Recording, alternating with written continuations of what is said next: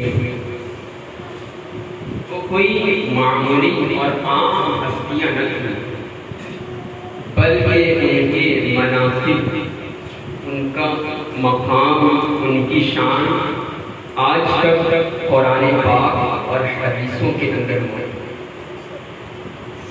ذرا میں آپ کے سامنے مناقب اہل بیت کا تھوڑا سا ذکر کر کے شہادت امام حسین کی طرف کروں کہ آپ کے دل و دماغ میں یہ بات چھپ جائے کہ کربلا کے میدان میں جو ہستیاں شہید ہوئی تھی ان کا مقام کیا تھا، ان کی کیا عزت رب قدیم کی بارگاہ میں تھی۔ قرآن کریم کی اس آیت کریمہ کی تلاوت کا شرف حاصل کیا ہے۔ اللہ تبارک و تعالیٰ ارشاد فرماتا ہے قُلْ لَا أَسْأَلُكُمْ عَلَيْهِ أَجْرًا إِلَّا الْمَوَدَّةَ فِي الْقُرْبَى۔ اللہ ارشاد فرماتا ہے کہ اے محبوب تم فرما دو کہ اے لوگوں میں تم سے کوئی اجر اور کوئی معاوضہ طلب نہیں کرتا، بس میری قرابت دار سے محبت کرتا۔ اس آیت کریمہ میں اللہ کے رسول صلی اللہ علیہ وسلم اپنی امت سے مخاطب ہیں کہ اے امت کے لوگوں میں تم سے کوئی معاوضہ طلب نہیں کرتا، بس تم میری قرابت دار سے، میرے اہل بیت اطہار سے، میرے پنجتن پاک سے محبت کرو۔ تو پتہ یہ چلا اہل بیت کی محبت، پنجتن پاک کی محبت کلام اللہ کی نص سے ثابت ہے۔ قرآن پاک آیت کریمہ سے اہل بیت کی محبت ثابت ہے۔ کیا فرمایا قُلْ لَا أَسْأَلُكُمْ عَلَيْهِ أَجْرًا إِلَّا الْمَوَدَّةَ فِي الْقُرْبَى کہ لوگوں میں کوئی اجر طلب نہیں کرتا۔ اب کیسا اجر ہے؟ یعنی جب میں نے مکے کی سرزمین پر اسلام کی دعوت پیش کی تو کوئی مجھے معاذ اللہ پاگل کہتا، کوئی جادوگر کہتا، کوئی کاہن کہتا، طرح طرح سے الفاظ سے مجھے ستائے جاتے، لیکن میں نے صبر کر لیا، کبھی کوئی اجر طلب نہیں کیا۔ جب میں کعبے کے اندر نماز پڑھتا تو لوگ میرے پیٹھ پر اونٹ کی اوڑھنیاں دیا کرتے، لوگ مجھے ستاتے، میرے راستوں میں کانٹے بچھائے جاتے، لیکن میں نے کوئی بدلہ، اس کا کوئی اجر طلب نہیں کیا۔ وہ دن بھی تاریخ میں موجود ہے کہ جب طائف کی بستی میں میں نے اسلام کی دعوت پیش کی تھی تو چھوٹے چھوٹے بچے اور آدمیوں نے اتنے پتھر برسائے تھے کہ میرا قدم خون سے بھر گیا تھا، مجھے مشقتیں ہوئی لیکن کبھی اجر طلب نہیں کیا، مصیبتیں آئیں لیکن کبھی اجر طلب نہیں کیا، مشقتیں آئیں لیکن کبھی اجر طلب نہیں کیا، مصیبتوں کا پہاڑ توڑا گیا لیکن کبھی اجر طلب نہیں کیا، ساری مصیبتیں اور پریشانیاں برداشت کر کے میں مسکراتا رہا لیکن کبھی اجر طلب نہیں کرتا، لیکن جب اجر اور بدلے کی باری آئی ہے تو میں نہیں کہتا بلکہ قرآن مجھ سے کہلواتا ہے قُلْ لَا أَسْأَلُكُمْ عَلَيْهِ أَجْرًا إِلَّا الْمَوَدَّةَ فِي الْقُرْبَى کہ لوگوں مجھے کچھ نہیں چاہیے، کوئی اجر طلب نہیں کرتا، بس تم میری قرابت دار سے، میرے اہل بیت اطہار سے، میرے پنجتن پاک سے محبت کرو، اور جو شخص پنجتن پاک سے محبت کرے گا تو محمد مصطفیٰ بھی اس سے محبت کرے گا اور محمد کا خدا بھی اس سے محبت کرے گا۔ پنجتن پاک کون لوگ؟ کس کو پنجتن پاک کہا جاتا ہے؟ پنجتن کو پاک کرنے والا رب ہے اور نام بتانے والا میرا مصطفیٰ ہے۔ صحیح مسلم کی حدیث ہے اور یہ حدیث صرف صحیح مسلم میں نہیں بلکہ ترمذی کے اندر بھی موجود ہے، امام مسند کی کتاب میں موجود ہے، بیہقی کے اندر بھی موجود ہے، تفسیر مدارک میں موجود ہے، تفسیر سراج الجنان میں مختلف لفظوں میں موجود ہے، اسی طرح بخاری کے اندر موجود ہے، اور مدارک النبوہ میں، شواہد النبوہ میں، تفسیر طبری میں، تفسیر قرطبی میں، تفسیر روح المعانی میں اور دیگر کتابوں میں یہ حدیث پاک موجود ہے کہ ایک مرتبہ میرے آقا صلی اللہ علیہ وسلم اپنی زوجہ محترمہ ام سلمہ رضی اللہ تعالی عنہا کو مخاطب کر کے ارشاد فرمایا ام سلمہ دروازے پر کھڑی ہو جاؤ اور دروازہ بند کر دو تو اندر سے کوئی آنے نہ پائے. فدعا النبی صلی اللہ علیہ وسلم علی و فاطمہ و حسن و حسین. اللہ کے رسول صلی اللہ علیہ وسلم نے حضرت علی کو بھی بلایا, حضرت سیدہ کائنات فاطمہ زہرا بھی بلایا اور امام حسن و حسین بھی بلایا. انداز کچھ ایسا تھا اللہ کے رسول صلی اللہ علیہ وسلم نے اپنی کالی چادر دھاری والی اٹھائی ہے اور وہ چادر اوڑھ لی ہے اور کچھ انداز اس طرح تھا کہ نبی کا دایاں دھنا حضرت فاطمہ کے گھٹنے سے ملا ہوا تھا اور نبی کا بایاں دھنا حضرت علی کے گھٹنے سے ملا ہوا تھا. اور امام حسن و حسین جو بچے ہیں نبی کے پہلو پر تشریف فرما ہے, حضور نے اپنی چادر مبارک اٹھائی اور اسی چادر مبارک اوڑھ لی ہے. اسی چادر کے اندر ایک ذات میری مصطفیٰ کی ذات ہے, دوسری ذات مولائے کائنات کی ذات ہے, تیسری ذات سیدہ کائنات کی ذات ہے, چوتھی ذات امام حسن کی ذات ہے, پانچویں ذات امام حسین کی ذات ہے. جب یہ پانچوں حضرات ایک چادر کے اندر موجود ہیں, اللہ کے رسول صلی اللہ علیہ وسلم نے اپنی دعا کا ہاتھ اٹھایا ہے اور ارشاد فرمایا اللہم ہؤلاء اہل بیت ویطہرون تطہیرا ویطہرون تطہیرا. مولا دعا کر رہے ہیں کہ مولا یہ میرے گھر والے ہیں, مولا تو ان کو خوب خوب پاک کر دے, ان کو خوب خوب پاک کر دے, خوب خوب پاک کر دے. نبی ادھر دعا کر رہے ہیں, شاعر کہتا ہے نبی دعا کرے تیری دعا اثر سے کبھی مجبور ہوئی, ادھر زبان سے نکلی ادھر قبول ہوئی. نبی دعا کرتے مولا یہ میرے گھر والے ہیں, ان کو خوب خوب پاک کر دے. نبی کا دعا کرنا تھا. قرآن کریم میں آیت نازل ہو گئی انما یرید اللہ لیذھب عنکم الرجس اہل بیت ویطہرکم تطہیرا. اے محبوب اللہ تبارک و تعالی تو یہی ارادہ بنا رہا ہے کہ وہ آپ کے گھر والے کو گندگی سے دور کر دے اور ان کو خوب خوب پاک کر دے. سبحان اللہ. نعرہ تکبیر, نعرہ رسالت, شہدائے کربلا, نعرہ تکبیر, نعرہ رسالت. نبی پاکی کی دعا کر رہے ہیں, قرآن میں پاکی والی آیت نازل ہو گئی, آیت تطہیر نازل ہو گئی تو پتہ چلا ایک ذات پنجتن میں میرے مصطفیٰ کی ذات ہے, پنجتن میں دوسری ذات مولائے کائنات کی ذات ہے, پنجتن میں تیسری ذات سیدہ کائنات کی ذات ہے, چوتھی ذات امام حسن کی ذات ہے, پانچویں ذات امام حسین کی ذات ہے. اب ان پانچوں لوگوں میں سے کوئی ایک شخص میری محبت کرے گا تو اس کی محبت رسول کی محبت ہوگی اور اللہ اور اس کا رسول بھی اس سے محبت کرے گا. اگر کسی کو شک ہو جائے تو اس کی دلیل کے لیے میں حدیث پاک آپ کے سامنے پیش کرتا ہوں تاکہ یہ بات اچھی طرح واضح ہو جائے کہ بات بلا دلیل نہیں بلکہ دلیل کے ساتھ ہو رہی ہے. ایک مرتبہ حضرت اسامہ بن زید رضی اللہ تعالی صحابی رسول آقا کریم صلی اللہ تعالی علیہ وسلم کی خدمت میں حاضر ہوتے ہیں, کسی کام سے آئے تھے. حضرت اسامہ بن زید رضی اللہ تعالی عنہ فرماتے ہیں کہ میں نے دیکھا اللہ کے رسول صلی اللہ تعالی علیہ وسلم چادر اوڑھے ہوئے ہیں اور ایسا لگ رہا ہے کہ حضور نے چادر کے اندر کسی چیز کو چھپایا ہوا ہے, یعنی ایسا انداز تھا کہ ایسا لگ رہا تھا کہ چادر کے اندر حضور نے کسی چیز کو چھپایا گیا. حضرت اسامہ بن زید رضی اللہ تعالی عنہ حاضر ہیں, اپنا کام سے آئے ہوئے تھے, بار بار دل میں خیال آ رہا ہے کہ پوچھوں یا نہ پوچھوں, اللہ کے رسول سے پوچھوں یا پوچھوں, ہمت نہیں ہو رہی تھی. جب واپس جانے لگے دروازے کے پاس پہنچے, اسامہ بن زید نے پوچھ دیا یا رسول اللہ صلی اللہ علیہ وسلم آپ نے اس چادر کے اندر کیا چیز چھپایا, آپ نے اس چادر کے اندر کیا چھپا رکھا ہے. دل کی گہرائیوں سے سنے, اللہ تبارک و تعالی ہمیں امام حسین کا سچا عاشق بنائے. حضرت اسامہ بن زید نے پوچھا یا رسول اللہ کیا چیز چھپایا گیا.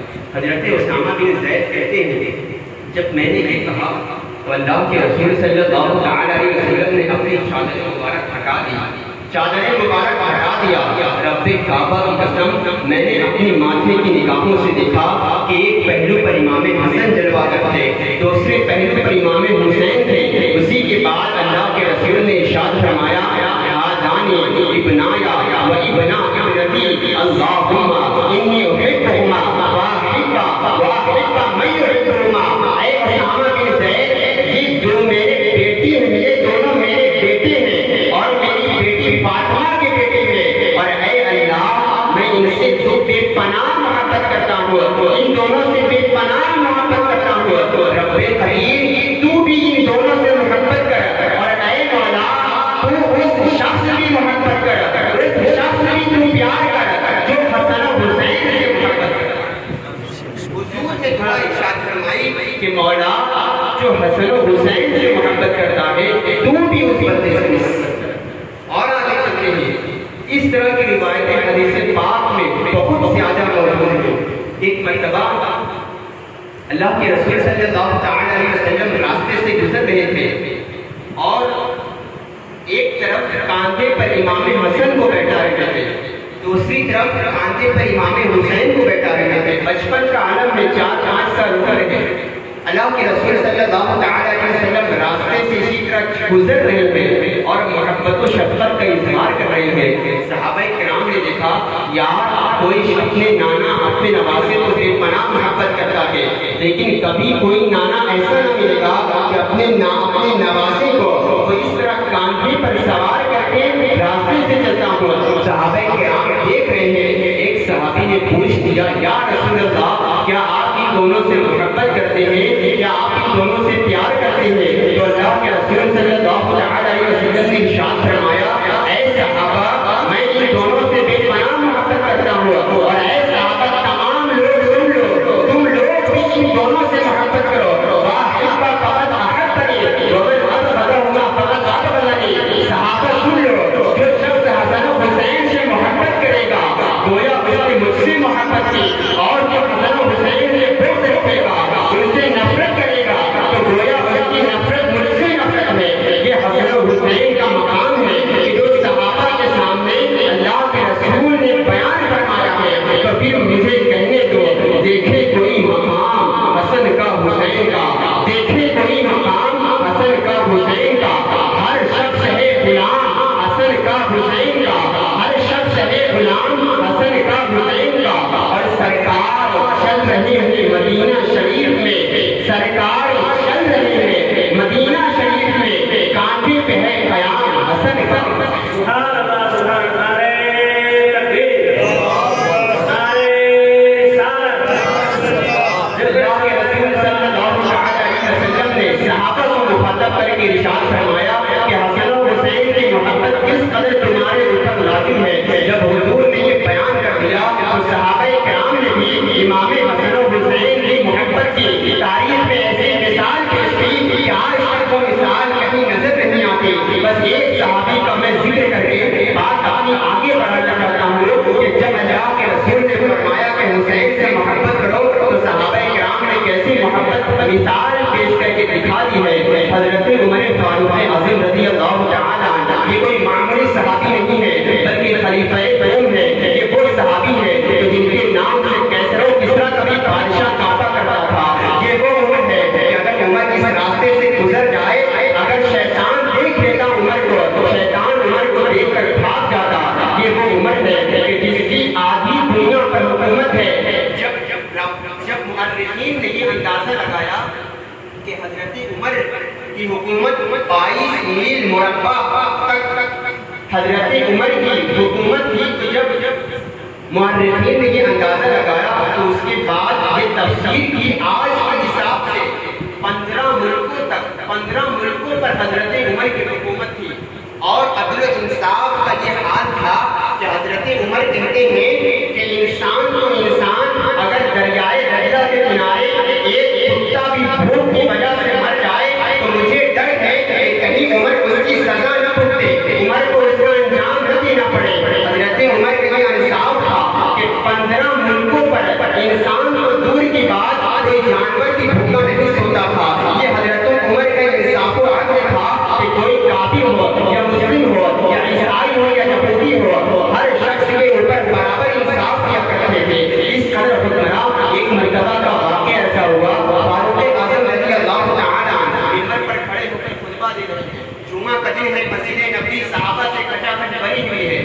خطبہ دے رہے ہیں، حضرت عمر فاروق اعظم رضی اللہ تعالی عنہ سنجیدگی کے ساتھ خطبہ دے رہے ہیں کہ اتنے میں امام حسین سامنے سے آتے ہیں، ابھی بچپن کی عمر ہے 8-7 سال، سامنے سے آتے ہیں اور حضرت عمر کے منبر کے پاس آتے ہیں اور ارشاد فرمایا اے عمر میرے نانا کے منبر سے نیچے اترے اور اپنے نانا کے منبر کے پاس جائیں۔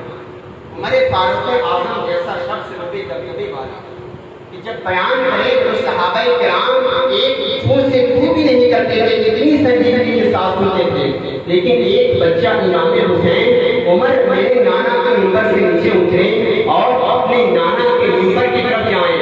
صحابہ کرام سمجھ رہے تھے ابھی حضرت عمر امام حسین کو ڈانٹیں گے اور ان کو چپ کرا کر اپنا خطاب آگے بڑھائیں گے، لیکن صحابہ کرام نے عجب ماحول دیکھا کہ حضرت عمر نے نہ آؤ دیکھا نہ تاؤ دیکھا، اسی طرح فوراً خطبے کو منقطع کیا، منبر سے نیچے اترے اور اتنا ہی نہیں بلکہ اپنا امامہ اتارا اور امام حسین کے قدموں میں قربان کر دیا اور ارشاد فرمایا ہر ہم بتا اعلیٰ سین الشعرا ثم غاب ثم حکم، تم اے امام حسین عمر کے سر پر جو بات ہے وہ اللہ نے عطا کی ہے، اس کے بعد آپ لوگوں نے عطا کیا ہے، اس کا مطلب یہ ہے کہ عمر کو جو عزت ملی ہے وہ اللہ نے دی ہے، اس کے بعد آپ لوگوں نے عطا کی ہے، عمر کو جو وقار ملا ہے وہ اللہ نے عطا کیا ہے، اس کے بعد آپ لوگوں نے عطا کیا ہے۔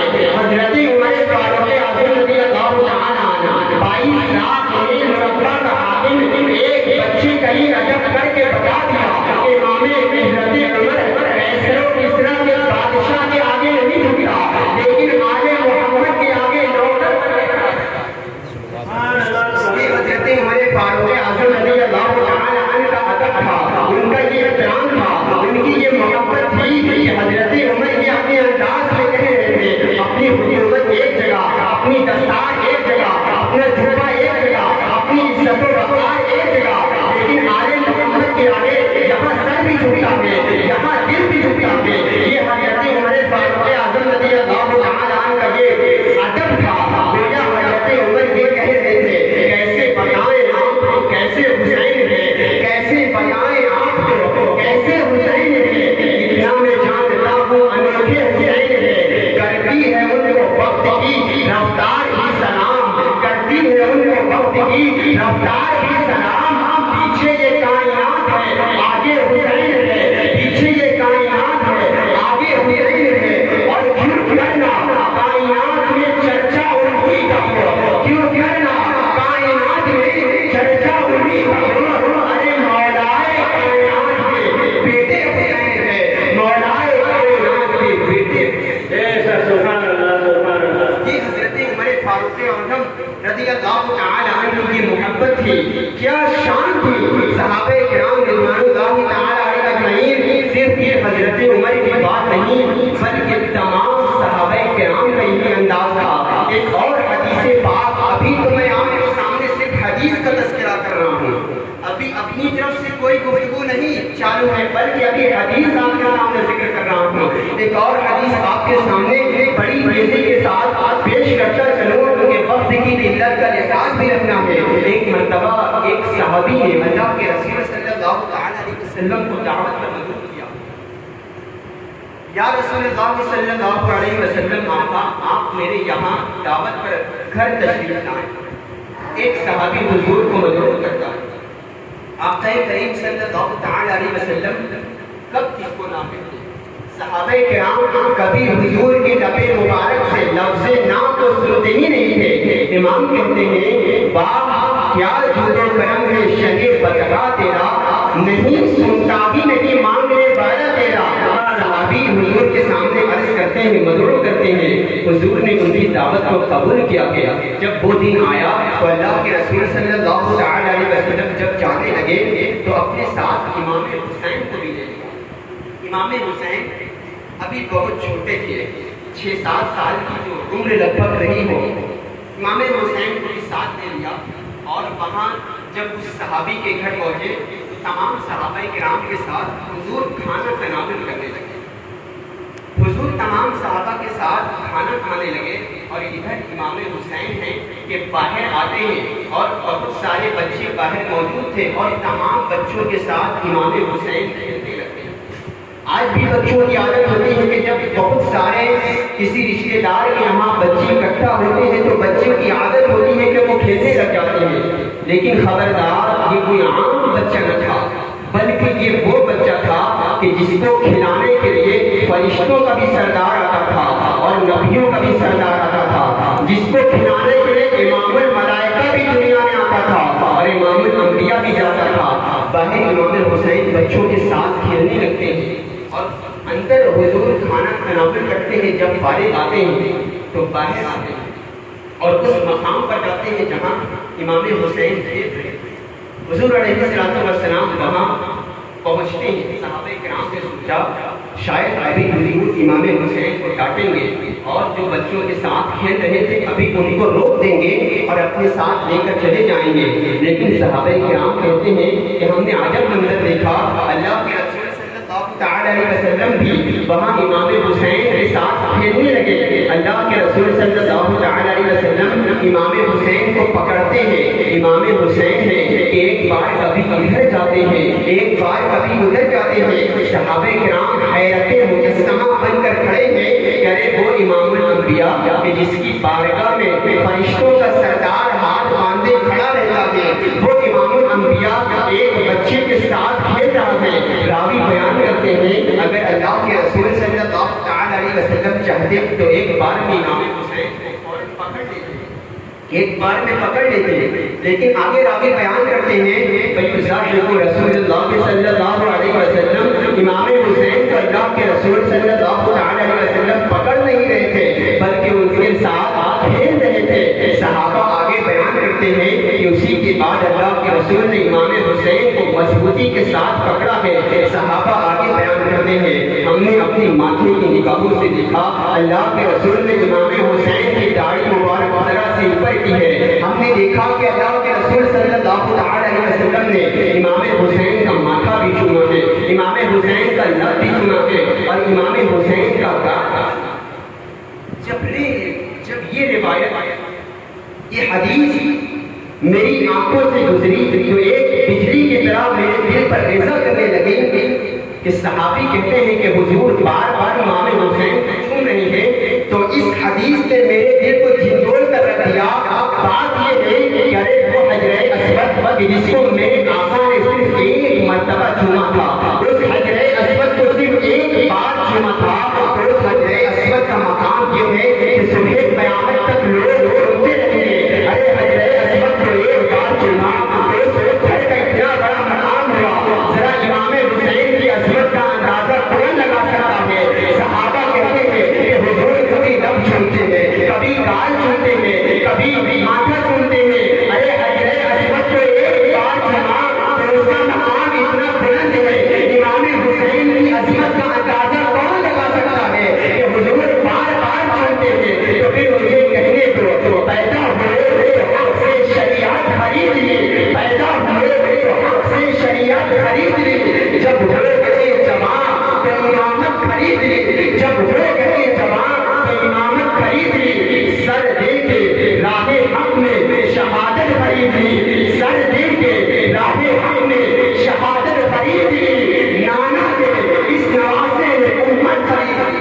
سبحان اللہ سبحان اللہ۔ یہ اللہ کے رسول صلی اللہ تعالی علیہ وسلم امام حسین کی محبت کی مثال پیش کی ہے۔ کیوں نہ آج ہم امام حسین سے ایسی محبت کریں کہ کوئی دیکھے تو کہے واقعی یہ عاشق حسین ہے۔ کوئی ایسا خرافاتی مسائل ہم اپنے اندر نہ بن پائیں کہ جس سے لوگ کر مذاق اڑائیں، بلکہ ہم عاشق اہل بیت اور عاشق امام حسین میں زندگی گزاریں، یہی ہماری کامیابی اور کامیابی ہے۔ چلے اب شہادت حسین کی طرف چلتے ہیں کہ کربلا کے میدان میں جو ہستیاں شہید ہوئی ان کا مقام کیا تھا آپ سن چکے، دل کی گہرائیوں سے سنیں اور اللہ تبارک و تعالی ہمیں امام حسین کا صدقہ نصیب عطا فرمائے۔ امام علی مقام امام حسین رضی اللہ تعالی عنہ کی شہادت کی خبر اللہ کے رسول صلی اللہ تعالی علیہ وسلم کو ان کی زندگی میں ہی موصول ہو چکی ہے۔ اللہ کے رسول صلی اللہ تعالی علیہ وسلم کو پتہ چلا واقعہ کچھ اس طرح ہے کہ ایک مرتبہ حضرت علی کرم اللہ تعالی وجہہ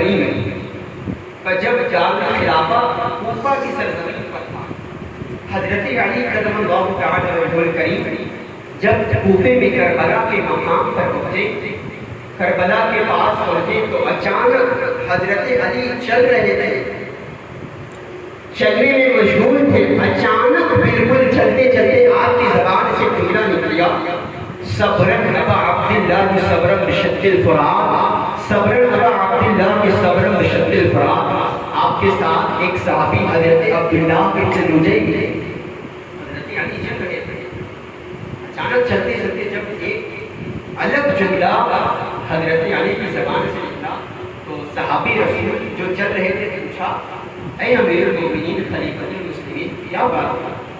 ہمارے سامنے تو بظاہر کوئی واقعہ یا کوئی منظر پیش نہیں آیا، نہ پھر امام حسین سامنے موجود ہیں، تو اس بات کا کیا مطلب ہے کہ صبر ابا عبداللہ کی صبر بشد الفرات؟ اس کا مطلب یہ ہے کہ اے حسین تم نہر فرات کے کنارے صبر سے کام لینا، اے حسین تم نہر فرات کے کنارے صبر سے کام لینا۔ کوئی منظر اور کوئی واقعہ پیش نہیں آیا، بظاہر اس کا مطلب کیا ہے؟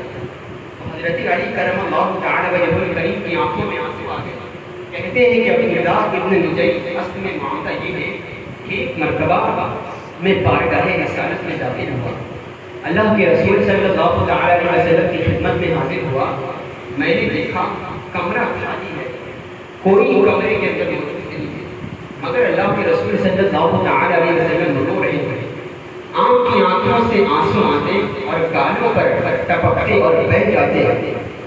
وہ رسول جو احد کی سختیوں میں نہ روئے، وہ رسول جو بدر کی تکلیفوں میں نہ روئے، وہ رسول جو مکے میں کانٹوں پر چل کر نہ روئے، وہ رسول جو ساری مصیبتیں اور مشقتیں برداشت کر کے بھی مسکراتا رہا، آج وہ رسول رو رہا ہے۔ حضرت علی کہتے ہیں کہ جب حضور کو روتا ہوا دیکھا میرے اوپر عجیب کیفیت اور کپکپی طاری ہو گئی، حضور کو روتا ہوا دیکھ کر میری بھی آنکھ میں آنسو آ گئی، اس لیے کہ نازک موڑ بہت مرتبہ آیا لیکن کبھی اللہ کے رسول کو روتا نہیں دیکھا، مشقتیں بہت ہمارے سامنے آتی لیکن کبھی حضور کی مبارک آنکھوں سے آنسو نہ دیکھا۔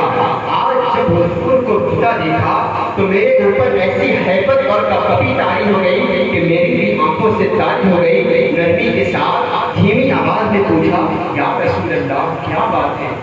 کبھی آپ کو روتا نہیں دیکھا، آخر کس چیز نے آپ کو رلا دیا ہے؟ کیوں آپ رو رہی ہیں؟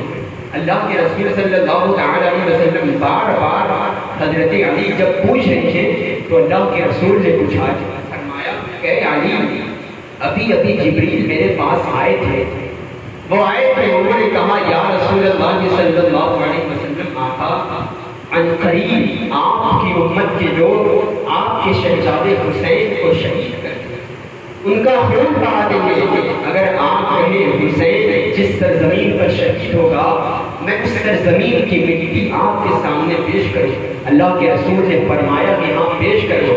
حضرت جبریل نے ہاتھ بڑھایا کہ مٹی سامنے حاضر کر دی ہے۔ اے علی جب سے میں نے یہ مٹی دیکھی ہے تو میں اپنی آنکھوں پر کنٹرول نہ کر سکا، میری آنکھوں سے آنسو بہ رہے ہیں۔ آپ اندازہ کریں کہ یہ اللہ کا وہ مقدس رسول ہے کہ طائف کی بستی میں بے پناہ پتھر مارے گئے، مکے میں کانٹے بچھائے گئے، لیکن کبھی روتا نظر نہیں آتا، لیکن شہادت حسین اللہ کے رسول کا درد ایسا درد ہے کہ مٹی دیکھ کر حضور کی آنکھوں میں آنسو آ گئے۔ قرآن میں رب نے ارشاد فرمایا ان الذین یؤمنون اللہ ورسولہ لعنهم اللہ فی الدنیا والآخرہ واعد لهم عذابا مہینا۔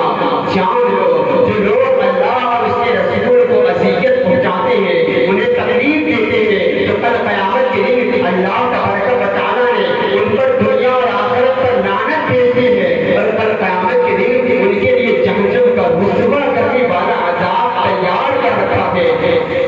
یہ کربلا کے میدان میں یہ کیسے رسول کا کلمہ پڑھنے والے ہیں کہ جنہوں نے اللہ کے مقدس رسول کے نواسے اور شہزادے کو شہید کر دیا۔ یقیناً حسین کی شہادت حضور کے لیے باعث تکلیف اور باعث درد ہے، اور جنہوں نے حضور کو تکلیف پہنچائی ہے وہ دنیا اور آخرت میں اللہ کی لعنت کے مستحق ہو چکے ہیں، اور کل قیامت کے دن جہنم کا رسوا کرنے والا عذاب ان کے لیے تیار رکھا ہے۔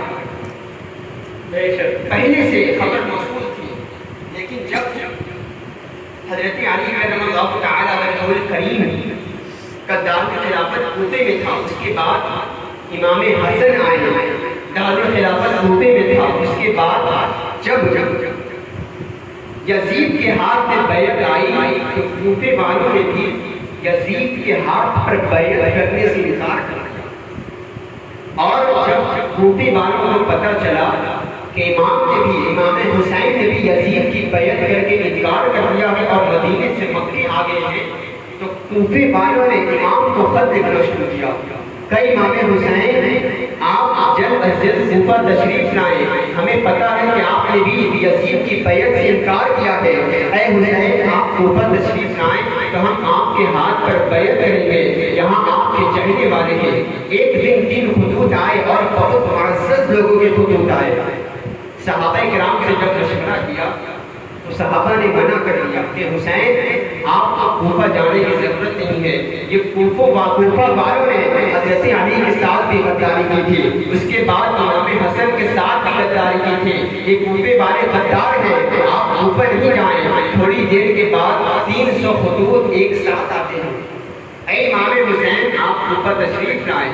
300 خطوط ایک ساتھ معزز لوگوں کے, کوفے کے جو بڑے بڑے لوگ تھے ان کے خطوط آئے. حسین آپ کوفے تشریف لائیں.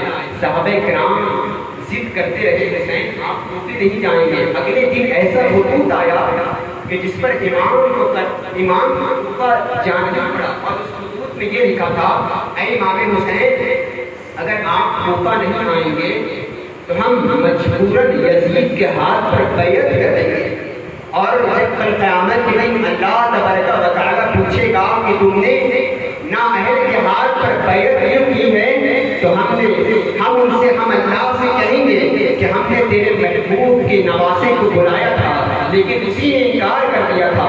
جب امام کو یہ خط ملا تو امام نے کہا اب مجھے جانا واجب ہے, اب مجھے جانا پڑے گا. تو حضرت امام علی مقام امام حسین رضی اللہ تعالی عنہ نے اپنے چچا زاد بھائی حضرت امام مسلم بن عقیل رضی اللہ تعالی عنہ کو بلایا اور فرمایا اے مسلم بن عقیل آپ کوفے جائیں اور وہاں کے حالات کا جائزہ لیں, اور جیسا وہاں کی حالات رہیں گے, ماحول رہے گا, اس کے بعد آپ مجھے خط روانہ کر دینا. حضرت امام مسلم بن عقیل رضی اللہ تعالی عنہ جب روانہ ہونے لگے تو آپ کے ساتھ آپ کے 2 شہزادے چھوٹے محمد اور حضرت ابراہیم, یہ 8-9 سال کے لیے 2 چھوٹے بچے, یہ اپنے والد گرامی کو چھوڑ کر کہیں جاتے ہی نہیں تھے, بالکل ساتھ میں رہا کرتے تھے. حسین سے اجازت لی کہ میں ان کو ساتھ لے کر جاؤں گا. اسی کے بعد حضرت امام مسلم بن عقیل رضی اللہ تعالی عنہ اور ان کے 2 چھوٹے بچے کوفے کی طرف روانہ ہوتے ہیں. جیسے ہی کوفے والوں کو پتہ چلا کہ امام کا چچا زاد بھائی مسلم بن عقیل آ رہے ہیں تو کوفے والوں نے تمام گلیوں اور تمام کوچوں کو سجا دیا کہ اہل بیت کے گھرانے کا ایک فرد آیا ہے, تو کوفے کے تمام استقبال کے لیے تمام گلیوں اور گھر کو سجا دیا گیا.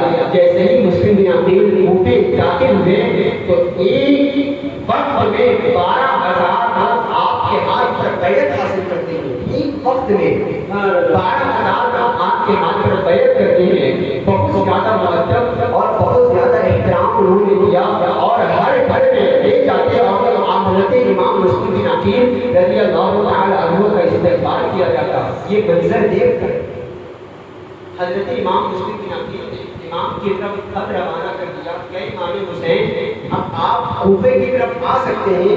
یہاں ایک وقت میں 12,000 لوگوں نے میرے ہاتھ پر بیعت کی, بڑے اچھے کوفے کے لوگ ہیں, بڑے مؤدب ہیں. اب جیسے ہی امام نے حضرت مسلم بن عقیل سے امام علی مقام امام حسین کی طرف خط روانہ کیا, اس کے بعد کوفے کے ماحول بگڑ گیا. جب یزید کو پتہ چلا کہ مسلم بن عقیل کوفے کی طرف آ گئے ہیں اور 12,000 لوگ مسلم بن عقیل کے ساتھ ہو گئے ہیں, تو یزید نے فوراً جو وہاں کے گورنر نعمان بن بشیر تھے ان کو معزول کر دیا, اور ابن زیاد جو بہت جابر تھا, بہت سختی کرنے والا تھا, وہاں کا چیف جسٹس اور گورنر ابن زیاد عبید اللہ ابن زیاد نے بنا دیا. اور عبید اللہ ابن زیاد یہ اپنے دربار سے جو معزز لوگ تھے کوفے کے ان کو اپنے دربار میں طلب کرتا ہے اور ان کو بٹھا کر ایک بہت زبردست تقریر کرتا ہے اور کہتا ہے کہ دیکھو اگر تم مسلم بن عقیل کا ساتھ نہیں چھوڑو گے تو تمہیں قتل کر دیا جائے گا۔ تو جو 8-10 معزز لوگ تھے انہوں نے کہا اے ابن زیاد اگر تو تلوار اٹھائے گا تو ہم بھی تلوار اٹھائیں گے، ہم بھی تیرے سے جنگ کریں گے۔ ابن زیاد بہت جابر تھا، بہت ظلم کرنے والا تھا۔ اس نے جو 8-10 لوگ آئے ہوئے تھے اس کو کوفے کے جو گھر تھا اس میں قید کروا دیتا ہے، بند کروا دیتا ہے اور خوب جم کر ان کی پٹائی کرواتا ہے۔ اسی کے بعد جب مسلم بن عقیل رضی اللہ تعالی عنہ کو پتہ چلا کہ ابن زیاد نے جو کوفے کے معزز ساتھی تھے لوگ تھے ان کو بند کروا کے ان پر ظلم کر رہا ہے، تو امام مسلم بن عقیل رضی اللہ تعالی عنہ اپنی ایک آواز لگاتے ہیں کہ چلو ابن زیاد کے گھر کے چاروں طرف سے ہم گھیر کرتے ہیں۔ تو اس آواز پر 30,000 لوگ جمع ہو جاتے ہیں اور 30,000 لوگ ابن زیاد کے گھر کو چاروں طرف سے گھیر کرتے ہیں۔ اور پھر اسی کے بعد امام مسلم بن عقیل رضی اللہ تعالیٰ عنہ کہتے ہیں کہ ابن زیاد جو معزز لوگ ہیں ان کو چھوڑ دو۔ اگر امام مسلم بن عقیل رضی اللہ تعالیٰ عنہ چاہتے تو اسی وقت اینٹ سے اینٹ بجا دیتے، لیکن یہ گھرانہ نبی کا گھرانہ ہے، کسی پر ظلم اور جبر نہیں کرتا بلکہ دشمن کو بھی اپنی دعاؤں سے نوازتا ہے۔ امام مسلم بن عقیل رضی اللہ تعالیٰ عنہ نے سوچا کہ یہ بات سے سمجھ جائیں گے، ان کو بات سے سمجھایا جائے گا، چاروں طرف سے گھیر لیا گیا ہے۔ ابن زیاد نے جو چند حضرات اس کے دربار میں قید تھے سارے لوگوں پر ظلم کر کے باہر نکلتا ہے اور کہتا ہے آپ سب لوگ دربار کے چھت پر کھڑے ہو کر یہ اعلان کر دیا، یہ اعلان کر دے کہ اگر مسلم بن عقیل رضی اللہ تعالی عنہ کا ساتھ نہ چھوڑا تو جس طرح میرا حال ہوا ہے اسی طرح سارے لوگوں کا حال ہو جائے گا۔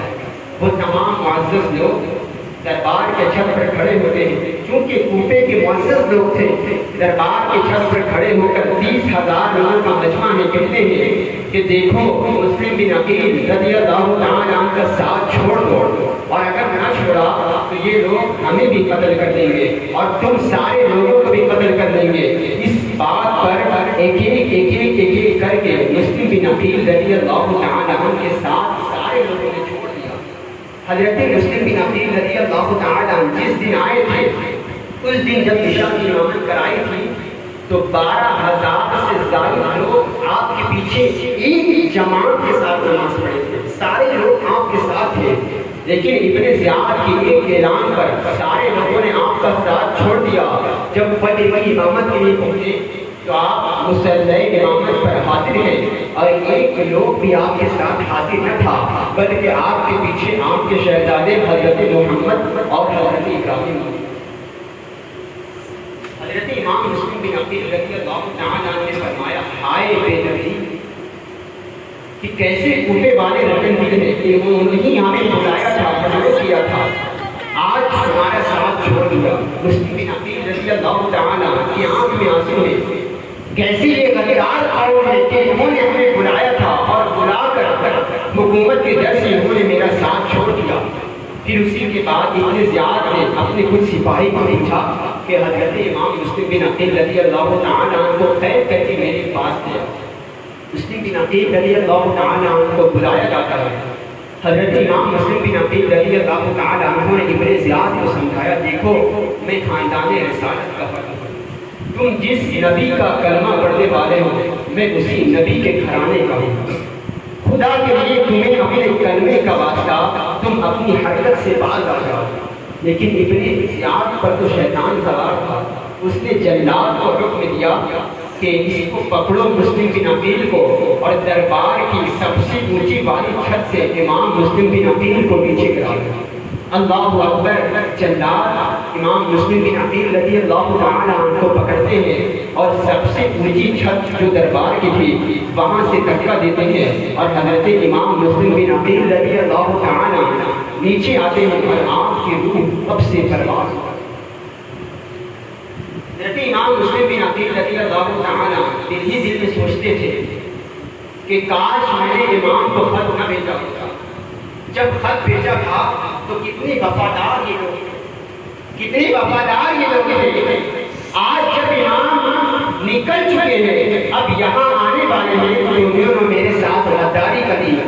اسی کے بعد مسلم بن عقیل رضی اللہ تعالیٰ عنہ کی جب شہادت ہو گئی، امام تو اپنے اہل بیت کے گھرانے کو لے کر نکل چکے تھے۔ جب راستے میں پہنچے تو پتہ چلا کہ مسلم بن عقیل رضی اللہ تعالیٰ عنہ کی شہادت ہو گئی۔ پورا نقشہ کوفے کا الٹ چکا ہے۔ کوفے کے لوگ وفادار تو ثابت ہی ابھی تھوڑی دیر قبل اب بدکاری کر رہے ہیں۔ کچھ صحابہ نے کہا امام علی مقام امام حسین ہم واپس چلتے ہیں۔ حضرت مسلم بن عقیل رضی اللہ تعالیٰ عنہ کے ایک بھائی اور بھی تشریف فرما سے کہا نہیں اب ہم واپس نہیں جائیں گے، اب ہم خون کا بدلہ خون سے لیں گے۔ جب آ رہے تھے کوفے کی طرف، راستے میں حر بن یزید سے ملاقات ہوئی، اس کے ساتھ 1000 لوگوں کا مجمع تھا۔ حاضر ہوا، امام کے آگے ہاتھ جوڑا کہ میں آپ کا محب ہوں، آپ کا خادم ہوں، آپ میرے حال پر رحم فرمائیں، خدا کے لیے آپ ہم پر نہ جائیں۔ ابن زیاد نے مجھے بھیجا ہے کہ میں آپ کو قتل کر کے اس کی بارگاہ میں لے جاؤں، لیکن اے امام علی مقام میں آپ سے محبت کرتا ہوں، آپ میرے حال پر رحم فرمائیں، آپ ہم پہ نہ جائیں۔ مجبوراً امام علی مقام امام حسین رضی اللہ تعالیٰ عنہ کو مجبوراً کوفے سے قریب کربلا کی سرزمین پر پڑاؤ کرنا پڑا اور وہاں رہنا پڑا۔ ابن زیاد کو پتا چلا کہ حر نبی امام حسین کا وفادار نکلا تو اس نے عمر بن سعد کو 3000 یا ہزاروں کا آدمیوں کے ساتھ امام حسین سے جنگ کرنے کے لیے بھیجتا کیا۔ جب کربلا کی سرزمین پر قافلہ امام حسین کا پہنچا تھا تو اس وقت 7 محرم الحرام کی تاریخ تھی۔ امام علی مقام امام حسین کے پاس جب جنگ کرنے کے لیے فوجی جمع ہوئے تو اس وقت آپ لوگوں کو گھوڑے تمام قید کر لیے گئے تھے اور پانی پر بھی پابندی لگا دی گئی تھی، حتیٰ کہ ایک دن گزرا، 2 دن گزرا، جب محرم الحرام کی 9ویں تاریخ آئی، آج کی رات آئی، تو جو خیمے کے اندر جو خواتین تھیں، امام علی مقام امام حسین رضی اللہ تعالیٰ عنہ کی ایک چھوٹی اس میں تشریف فرما تھی، ان کو بہت زیادہ تکلیف ہو رہی تھی کہ کوئی امام کو تکلیف نہ پہنچائے، امام علی مقام کو کوئی اذیت نہ پہنچائے، ان کو بہت زیادہ ڈر لگ رہا تھا اور اس کی ڈر کی وجہ سے وہ بے ہوش ہو جاتی ہے۔ امام علی مقام امام حسین کو جب پتہ چلا تو آپ نے اسی رات یعنی 9 محرم الحرام کی رات میں سارے لوگوں کو جمع کیا، سارے لوگوں کو اپنے آگے جمع کیا اور یہ خطبہ دیا، منبر پر کھڑے ہوئے اور اللہ کی حمد بیان کی اور اپنی نبی کی رسالت بیان کی۔ پھر اسی کے بعد امام نے خطبہ دیا اور ارشاد فرمایا کہ میں ایک دن سب کو مر کر جانا ہے، ایک دن سب کو اس دنیا سے رخصت ہو جانا ہے، چاہے وہ زمین والا ہو یا آسمان والا، سب کو اس دنیا کو چھوڑ کر جانا ہے۔ کیوں نہ جب ہم اس دنیا سے جائیں تو کچھ عبادت بھی کر جائیں، اللہ کی بارگاہ میں حاضر ہوں تو کچھ نام اعمال ہمارے پاس ذخیرہ رہے۔ جب یہ تقریر امام نے پیش فرمائی تو سارے لوگ نمازوں میں مشغول ہو جاتے ہیں، کوئی نمازیں پڑھتا ہے، کوئی عبادت میں مصروف ہے، کوئی سجدوں میں رو رہا ہے، کوئی ذکر الہی کر رہا ہے۔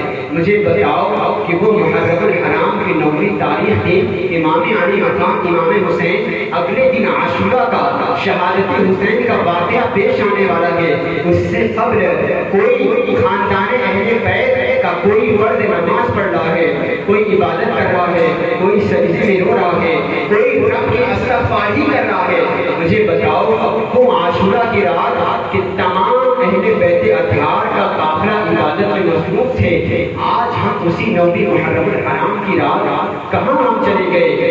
ایک امام حسین کا محب نعرہ لگانے والا نعرہ بھی لگاتا ہے یا حسین یا حسین، لیکن امام حسین کا پاک نام اپنی لبیں اپنی ناپاک زبان پر ہے اور اسی زبان سے ایک طرف گالی بھی پکڑا ہے۔ ایک انسان نوجوان امام حسین کا نعرہ تو لگاتا ہے، دوسری طرف اپنی گناہگار آنکھوں سے بدنگاہی بھی کر رہا ہے۔ لب مبارک پر امام کا پاک نام ہے لیکن دلوں میں عیاشی بھری ہوئی ہے۔ کیا یہ محبت کی مثال ہے؟ رب کعبہ کی قسم، امام نے تو ہمیں یہ درس دیا تھا کہ اپنی جان کی قربانی دے دینا لیکن کبھی باطل سے سودا نہ کرنا، کبھی گناہ سے سودا نہ کرنا، کبھی شیطان کے مکر و فریب میں نہ جانا۔ آج ہم امام کی محبت کی مثال پیش کرتے ہیں، ایک طرف ہم گالی گلوچ کر رہے ہیں، امام حسین کے نام کا نعرہ تو لگاتے ہیں لیکن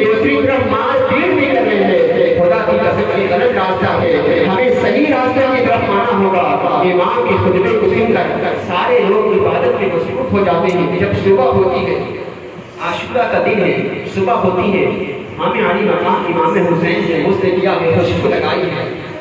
سارے فوجی سامنے موجود ہیں. امام نے ایک مرتبہ ان فوجیوں کو، ان یزیدیوں کو پھر سمجھانا چاہا اور ارشاد فرمایا لوگوں سن لو، میں وہ حسین ہوں جس کے بارے میں میرے آقا نے ارشاد فرمایا، نانا ارشاد فرمایا حسین منی بعض من الحسین، کہ حسین مجھ سے ہے اور میں حسین سے ہوں. میں وہ حسین ہوں جس کے بارے میں تمہارے نبی نے ارشاد فرمایا ہے الحسن والحسین سیدہ شباب اہل الجنہ، کہ حسن و حسین جنتی نوجوانوں کا سردار ہے. ارے میں وہ حسین ہوں کہ جس کا صرف رونا بھی حضور گوارا نہیں کرتے تھے. مجھ سے جنگ کرو گے تو پھر اپنی خیر منائے رکھنا، تو خدا کے لیے تمہیں اپنے نبی کے کلمے کا واسطہ باز آ جاؤ. لیکن ان یزیدیوں پر تو شیطان سوار تھا. ایک ایک کر کے اہل بیت کا قافلہ اور ان کے فرد ایک ایک کر کے شہید ہوتا چلا جاتا. یہاں تک کہ امام علی مقام امام حسین رضی اللہ تعالی عنہ کے بڑے بیٹے علی اکبر ایسے نوجوان تھے اور ایسے بلند قامت تھے کہ جب میدان کربلا میں دشمنوں سے جنگ کر رہے تھے تو ایک طرف سے دشمن معاشرے جہنم ہو رہے تھے. لیکن وہ وقت بھی آیا کہ جب امام کے بڑے صاحبزادے علی اکبر کے سینے میں نیزہ جا کر گیا. علی اکبر گھوڑے سے نیچے آتے ہیں اور میدان میں جا گئے. امام علی مقام امام حسین رضی اللہ تعالی علی اکبر کے لاشے کے پاس پہنچتے ہیں. علی اکبر نے کہا کہ بابا جان اگر پانی مل جائے تو اور لڑ.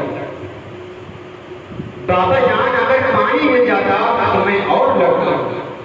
امام علی مقام امام حسین رضی اللہ تعالی عنہ 3 دن کے پیاسے امام، تمام اہل بیت کا قافلہ 3 دن کا پیاسا. امام علی مقام امام حسین اپنی سوچی زبان علی اکبر کے منہ میں ڈالتے ہیں اور اسی کے بعد جب نیزے سینے سے نکالا ہے خون کا ایک فوارہ نکلتا ہے اور علی اکبر کی روح قبض سے پرواز ہو جاتی ہے. امام علی مقام امام حسین رضی اللہ تعالی عنہ جب کربلا کی سرزمین پر آئے تھے راہ بیان کرتے ہیں کہ 56 سال آپ کی عمر مبارک تھی. 56 سال کی عمر تھی لیکن ایک بھی بال آپ کا سفید نہ تھا. یعنی 56 سال کی عمر تھی لیکن ایک بھی بال سفید نہ تھا. لیکن جب بڑے صاحبزادے علی اکبر کے لاشیں کو اٹھانے کے لیے جب حسین میدان میں پہنچے ہیں تو علی اکبر کی شہادت نے اس قدر تکلیف پہنچائی کہ امام حسین کے سر کے ایک بھی بال کالے نہ بچے بلکہ بال سفید. امام علی مقام امام حسین اپنے بڑے صاحبزادے علی اکبر کے لاشیں کو اٹھا کر خیمے میں لاتے ہیں. اسی کے بعد سکینہ جو خیمے میں چھوٹی تھی، اس کی عمر 7 سال کی تھی، چچا جان عباس عالم بردار سے فرمایا چچا جان کیا تھوڑا سا بھی پانی نہ ملے گا؟ آج 4تھا دن ہونے کے قریب ہے، کیا تھوڑا سا بھی پانی نہ ملے گا کہ جس کی وجہ سے ہم اپنی پیاس کو، سوکھی حلق کو تر کر سکیں؟ عباس علم بردار رضی اللہ تعالی عنہ سے رہا نہیں جاتا. مشکیزہ اٹھایا گیا کہ نہر فرات کے قریب پہنچے ہیں، پانی کو بھرا گیا.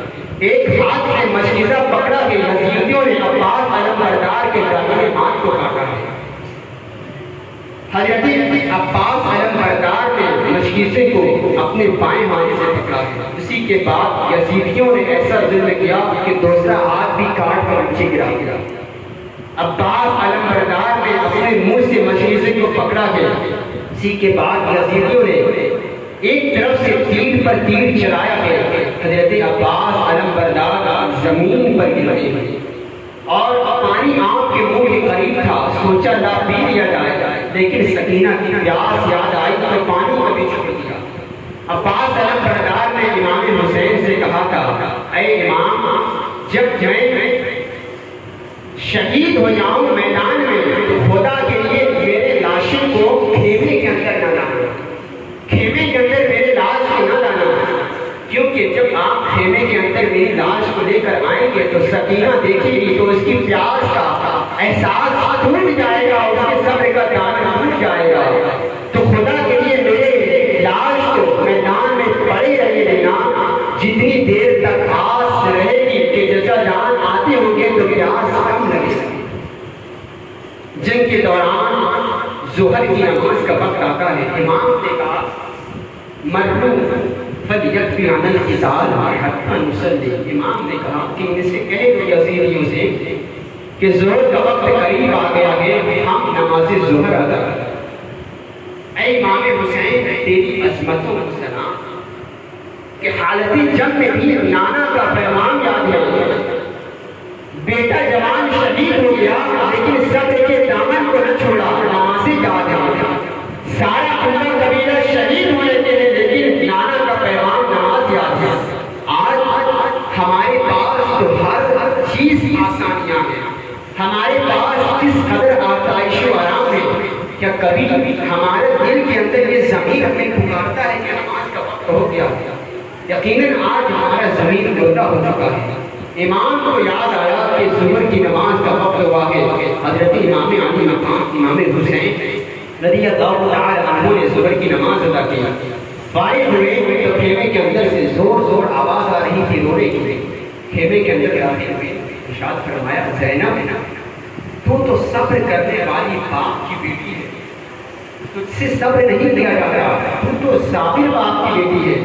زینب نے کہا بھائی اصل معاملہ یہ ہے میں تو صبر کر رہی ہوں، لیکن یہ ننھے علی اصغر کے دیکھو کیسا پیاس کی شدت سے بلک رہا ہے، رو رہا ہے۔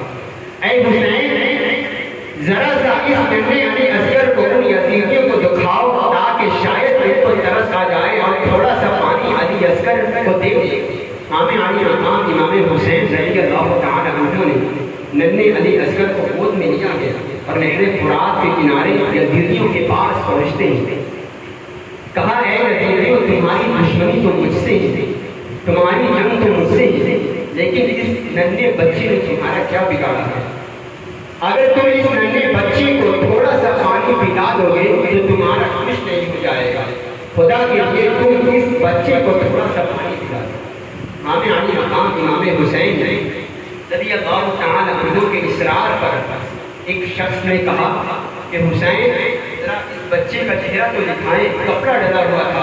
امام علی مقام امام حسین رضی اللہ تعالی عنہ نے چہرے سے کپڑا ہٹایا گیا اور اس بدبخت انسان نے اسی وقت نیزے کو تانا ہے اور 6 مہینے کے ننھے علی اصغر کے حلق میں وہ تیر جا کر لگتا گیا، ایک ہچکی ملتی ہے اور ننھا علی اصغر اپنے نانے کے پاس پہنچتا ہے۔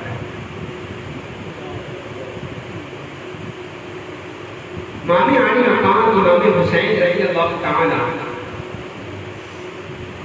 علی اصغر کو لے کر واپس خیمے کی طرف جانے لگتے ہیں۔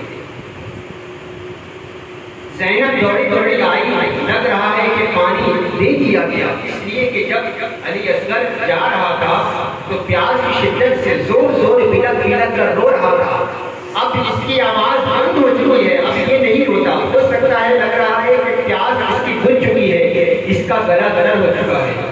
امام علی مقام نرمی کے ساتھ آنکھ میں آنسو لکھتے ہیں، ننھے علی اصغر کو لے کر آتے ہیں۔ زینب نے کہا کہ واقعی لگ رہا ہے کہ یزیدیوں نے پانی دے دیا۔ امام علی مقام امام حسین نے جب کپڑا ہٹایا تو خون کا فوارہ نکل رہا تھا، زینب نے دیکھا کہ بے ہوش ہو کر زمین پر گر گئی،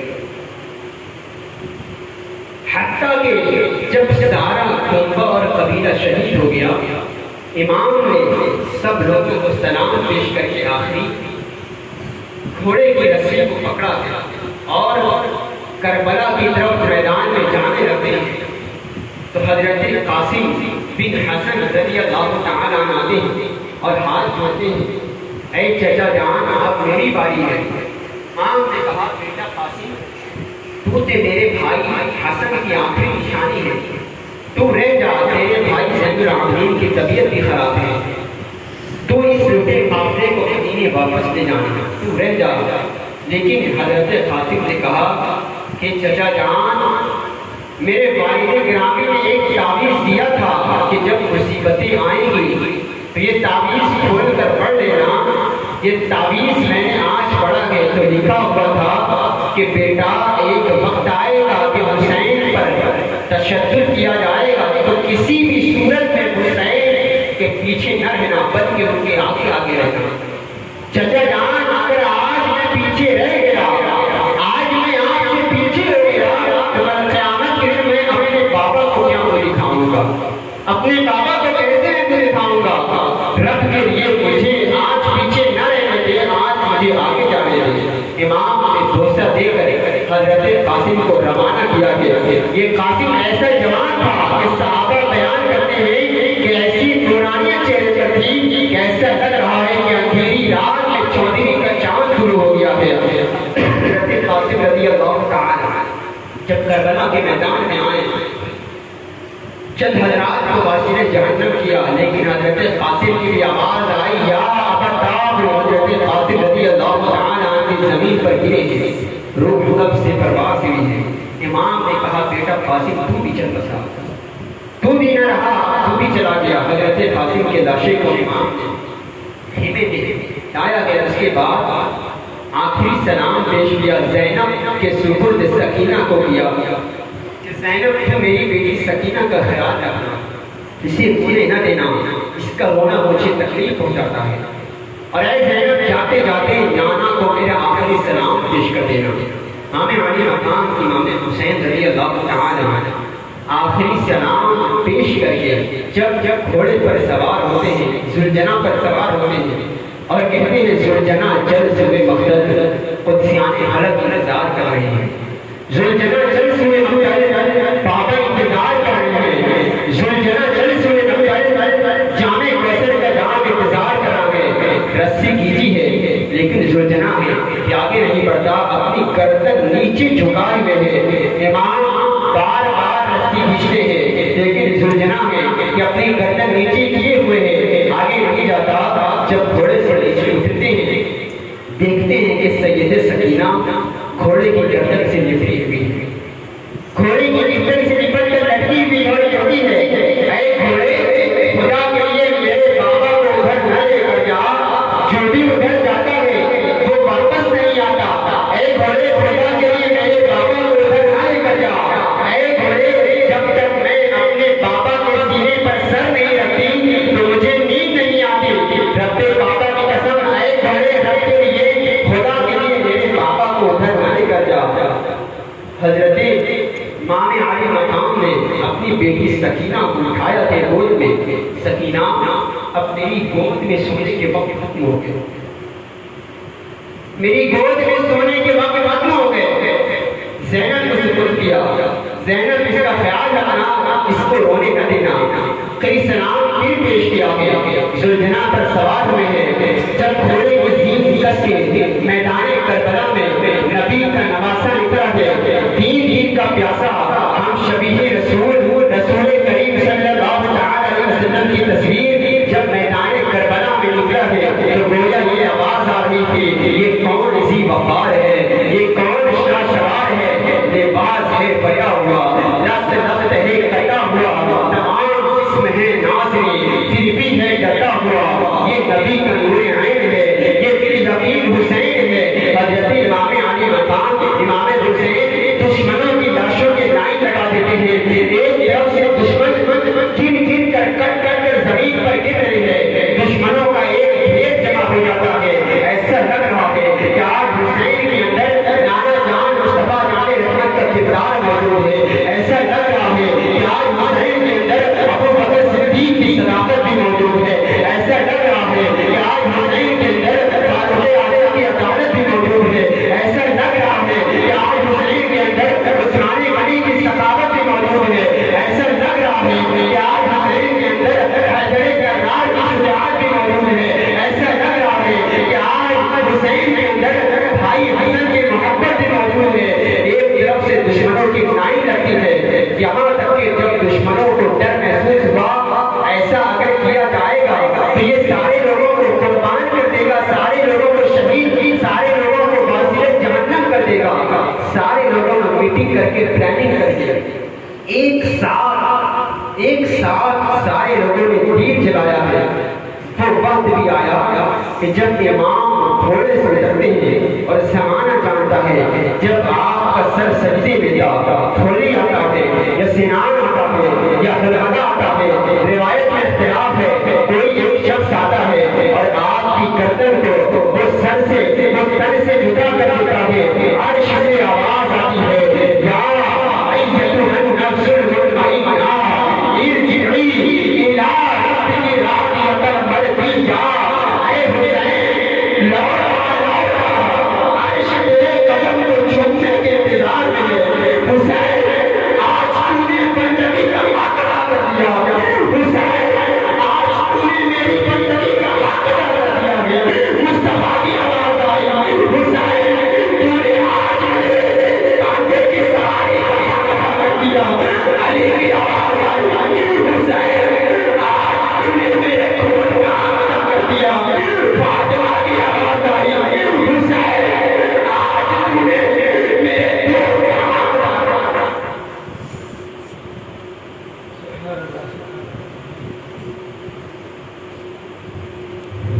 اللهم صل على سيدنا ومولانا محمد وعلى آله وأهل بيته أجمعين۔ حسین آج تم نے بندگی کا حق ادا کر دیا، حسین تم نے آج بندگی کا حق ادا کر دیا ہے، مصطفیٰ کی آواز آتی ہے، حسین آج تم نے میری کاندھے کی سواری کا حق ادا کر دیا ہے، علی شیر خدا کی آواز آتی ہے، حسین آج تم نے میرے خون کا حق ادا کر دیا ہے۔ ذرا سوچو، راوی بیان کرتے ہیں کہ جب امام کی قمیض اتاری گئی تو اس میں 113 زخم صرف تیر کے تھے،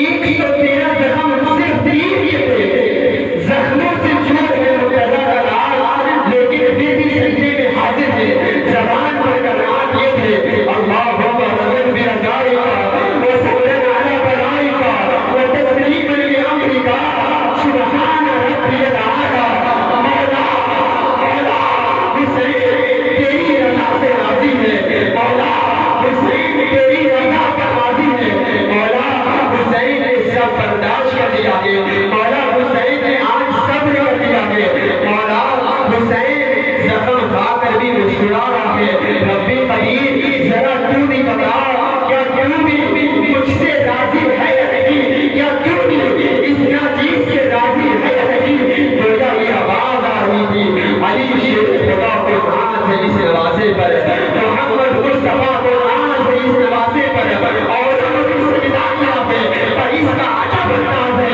اس نے وہ سجدہ کیا ہے جس پر خدا کا ناز ہے۔ اللہ ماشاءاللہ۔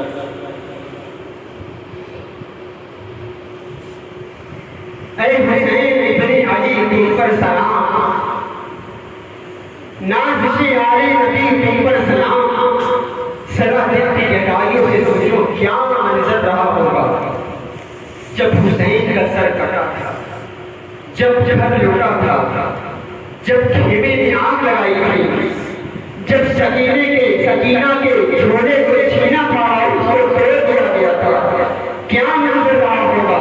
رب کعبہ کی قسم سارا منظر تو دیکھا جاتا رہا، لیکن جب بدبختوں کے گھوڑے آ کر سرے حسین اور جسم حسین کو روندتے ہیں اور اس کو کچلتے ہیں، رب کعبہ کی قسم وہ منظر دیکھنے لائق نہ تھا۔ دوپہر کا وقت تھا، اچانک بادل آ جاتا ہے اور اندھیرا چھا جاتا ہے، سورج ڈوب جاتا ہے، میرے سورج نے کہا کہ شہادت حسین یہ دردناک منظر میں نہیں دیکھ سکتا، سورج شرم و حیا سے ڈوب جاتا ہے۔ صحابہ بیان کرتے ہیں کہ شہادت حسین کے وقت ہم نے آسمان میں ستاروں کو آپس میں ٹکراتا ہوا دیکھا۔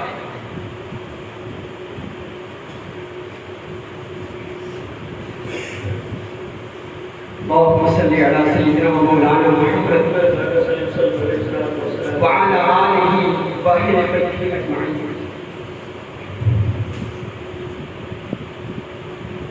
کیسا دردناک واقعہ پیش آیا، ارے وہ رسول جو حسین کے ہونے کو بھی گوارا نہیں کر سکتا تھا، آج اس رسول کے دل پر کیا بیتی ہوگی۔ حضرت حضرت ام سلمہ رضی اللہ تعالی عنہ بیان کرتی ہیں کہ عاشورہ کا دن تھا، دوپہر کا وقت تھا، میں سو رہی تھی، میں نے خواب میں دیکھا کہ اللہ کے رسول صلی اللہ تعالی علیہ وسلم تشریف لائے ہیں۔ آقا کریم صلی اللہ تعالی علیہ وسلم کے بال مبارک بکھرے ہوئے، بالوں میں گرد اور دھول جمی ہوئی ہے، داڑھی مبارک دھول سے بھری ہوئی ہے، اور اللہ کے رسول صلی اللہ تعالی علیہ وسلم زاروں قطار رو رہی ہے، ہاتھ میں ایک شیشی ہے اور زمین سے کچھ اٹھا کر اللہ کے رسول شیشی میں ڈال رہی ہے۔ ام سلمہ جو سو رہی تھی اچانک ڈر کر اٹھتی ہے اور کہا یا رسول اللہ صلی اللہ علیہ وسلم، آقا یہ آپ نے اپنی حال کیسا بنا رکھا ہے، یہ آپ کے بال بکھرے ہوئے ہیں، بال مبارک میں گرد اور دھول جمی ہوئی ہے، یہ آپ کے ہاتھ میں کیسی شیشی ہے، اس میں یہ کیا آپ کر رہے تھے؟ تو اللہ کے رسول صلی اللہ علیہ وسلم نے ارشاد فرمایا، اے سلمہ کیا تمہیں نہیں پتا کہ کربلا کے میدان میں میری امت کے لوگوں نے میرے شہزادے حسین کو شہید کر دیا ہے، ان کا خون بہا دیا ہے، میں وہی کا خون زمین سے اٹھا کر اب تک اس شیشی میں بھرے جا رہا ہوں۔ ارے وہ رسول جو حسین کے آنکھوں میں آنسو نہ دیکھ سکتا تھا، آج اس رسول کی مزار مقدس میں کیسی تکلیف بھی ہوگی۔ یقیناً جنہوں نے حسین کو تکلیف پہنچائی ہے اس نے رسول کو تکلیف پہنچائی ہے، اور جس نے رسول کو تکلیف پہنچائی ہے اس نے خدا کو تکلیف پہنچائی ہے، اور جو اللہ اور اس کے رسول کو نصیحت اور تکلیف پہنچاتا ہے قرآن کہتا ہے ان الذین یؤذون اللہ ورسولہ لعنهم اللہ فی الدنیا والآخرہ وأعد لهم عذابا مہینا۔ خوشیاں نہ مناؤ، جان لو جنہوں نے اللہ اور اس کے رسول کو نصیحت اور تکلیف پہنچائی ہے وہ دنیا اور آخرت میں اللہ کی لعنت کے مستحق ہو چکے ہیں، اور قیامت کے دن ان کے لیے جہنم کا رسوا کرنے والا عذاب تیار رکھا ہے۔ خوشی نہ مناؤ۔ اللہ کے رسول صلی اللہ تعالی علیہ وسلم اپنے مزار مقدس میں بے چینوں سے قرار ہو گئے، کیا منظر رہا ہوگا۔ پھر اسی کے بعد عاشورہ کے دن جب شہادت حسین کا واقعہ ختم ہو گیا اور اس رات جو شام آتی ہے مورخین میں جس کو شام غریبوں کے نام سے جاتا ہے، سیدہ زینب رضی اللہ تعالی عنہ، حضرت امام زین العابدین اور سیدہ زینب یہ وہ دو ہستیاں تھیں جنہوں نے ساری شہادت اپنے ماتھے کی نگاہوں سے دیکھا تھا اور بہت زیادہ صبر کرنے والوں میں سے تھے۔ امام زین العابدین نے اپنی پوری زندگی میں کبھی ٹھنڈا پانی تک نہ پیا۔ شہادت حسین کے بعد پوری زندگی میں جب کوئی آپ کے سامنے ٹھنڈا پانی کا نام لیتا تو رونے لگتے ہیں کہ مجھے سکینہ کی پیاس یاد آتی ہے، مجھے نبی علی اصغر کا تڑپنا آ رہا ہے، مجھے ٹھنڈا پانی کی ضرورت نہیں۔ جب شام ہوتی ہے، رات ہوتی ہے، لاشیں میدان میں پڑے ہوئے تھے، سیدہ زینب میدان کی طرف جاتی ہے اندھیرا کے بالکل اور سوچتی ہیں اب اور کوئی بدر کی اولاد کوئی لاش کی بھی حرمتی نہ کرے، کوئی لاش کو اور زیادہ تکلیف نہ پہنچائے۔ سیدہ زینب لاشوں پر پہرا دینا شروع کرتی ہے۔ رات کا وقت ہے، زمین پر سیدہ زینب کچھ تلاش کرتی ہے، تلاش کرتے کرتے علی کی بیٹی کے ہاتھ میں ایک ٹوٹا ہوا خنجر آ گیا، ٹوٹا ہوا خنجر آیا اور ایک کپڑا جس سے اپنے سر کو ڈھکا ہے، اپنے بال کو چھپا رکھا ہے، اور اس طرح علی کی بیٹی لاشوں پر پہرا دے رہی ہے۔ گھر کی بیٹی اگر زینب ہے تو ہمیں اس بیٹی پر ناز ہے، اللہ ماشاء اللہ آج کی نوجوان بیٹیاں سیریل سے فرصت نہیں، بے پردگی سے فرصت نہیں۔ حالانکہ اسلام کا یہ احکام تھا کہ اگر کوئی لڑکی بالغہ اپنی اس کہنی کو بھی اپنی ماں کے سامنے کھولے وہ بھی حرام ہے۔ آج اللہ ماشاء اللہ کہنے کی ضرورت نہیں کیسی بے پردگی کی جاتی ہے۔ گھر کی بیٹی اگر زینب ہے تو ہمیں اس بیٹی پر ناز ہے، گھر کی بیٹی ہمیں زینب ہے تو ہمیں اس بیٹی پر ناز ہے، لیکن آج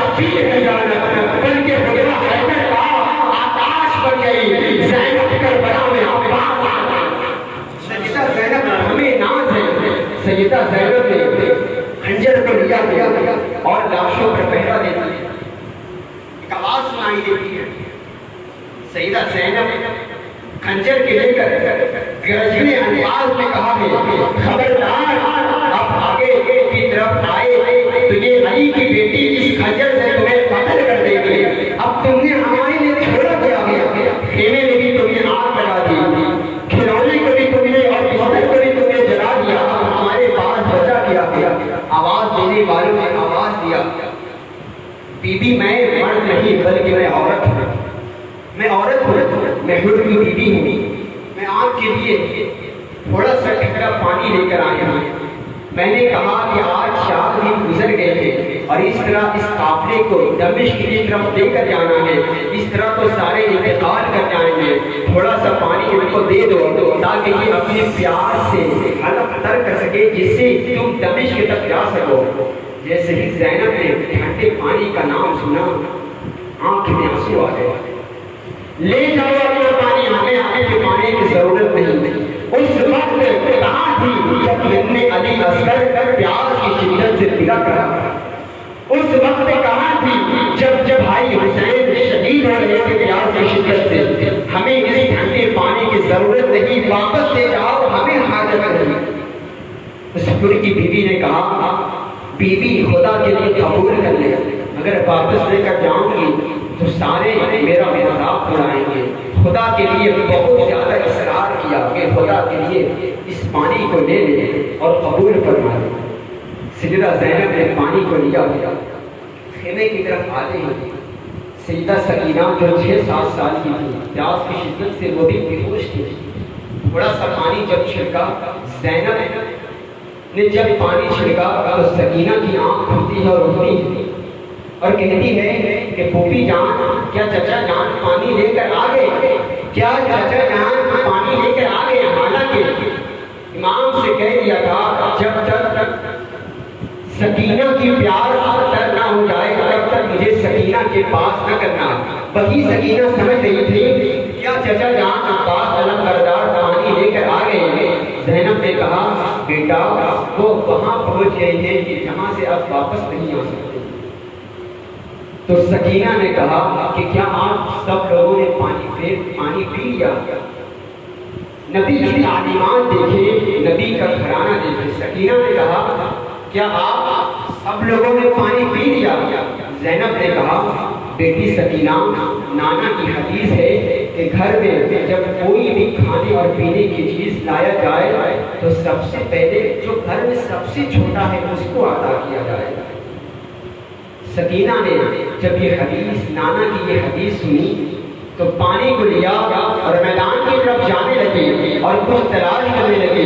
زینب نے کہا سکینہ کیا تلاش کر رہی ہو؟ سکینہ نے کہا پھوپھی جان آپ بھول گئی کہ ہمارے قافلے میں, ہمارے قبیلے میں, ہمارے اس خیمے کے اندر سب سے چھوٹا نانا علی اصغر ہے, میں اس کو سب سے پہلے پانی پلاؤں. نبی کے گھر کی تعلیمات دیکھے, زینب نے سمجھایا اور پھر اسی کے بعد ایک شخص نے سر حسین میں نیزہ گاڑتا گیا اور اس طرح بڑی بے دردی کے ساتھ یہ قافلہ دمشق کی طرف روانہ ہوا. 1 بجے کا تو وقت دیا گیا تھا, آگے بڑھائے اگر آپ کہیں یا ختم کر دیا جائے.